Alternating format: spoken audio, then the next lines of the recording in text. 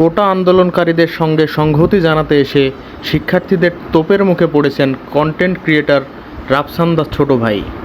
শনিবার ৩ আগস্ট রাজধানীর ঢাকা বিশ্ববিদ্যালয় মোড়ে গাড়ি থেকে নেমে শিক্ষার্থীদের তোপের মুখে পড়েন তিনি। ভিডিওতে দেখা যায় ঢাকা বিশ্ববিদ্যালয় মোড়ে নেমে শিক্ষার্থীদের আন্দোলনে যোগ দিতে গেলে তাকে বাধা দেওয়া হয়।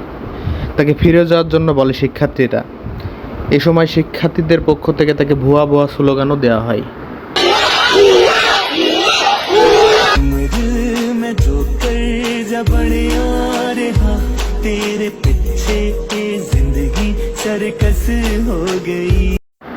এ সময় শিক্ষার্থীদের বলতে শোনা যায়, অনেক মানুষ নিহত আহত হয়েছে, আপনারা শোক পর্যন্ত জানাননি, আপনারা আওয়ামী লীগের সঙ্গে মিটিং করেছেন, ঘুমান, আপনারা ঘুমান।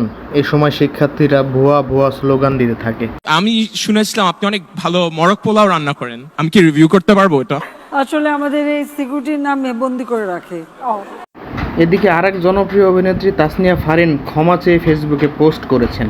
তিনি ফেসবুক পোস্টে লেখেন, এতগুলো দিন পার হয়ে যাওয়ার পর আমার কিছু বলা বা না বলাতে কিছু যায় আসে না, তবু মনে হচ্ছে আমার চুপ থাকাটা নিজের কাছে নিজের সহ্য হচ্ছে না। তিনি অনুশোচনা করে বলেন, আমি আমার নিজের নিরাপত্তার কথা চিন্তা করে নীরব ছিলাম, সাহসের অভাবে নীরব ছিলাম, নিজের স্বার্থের চেয়ে দেশের স্বার্থকে বড় করে দেখতে পারিনি। এই ব্যর্থতার দায় সম্পূর্ণ আমার। গা বাঁচিয়ে একটা দায়সারা বক্তব্য প্রদান করার চেয়ে আমার নীরব থাকাকেই শ্রেয় মনে হয়েছে।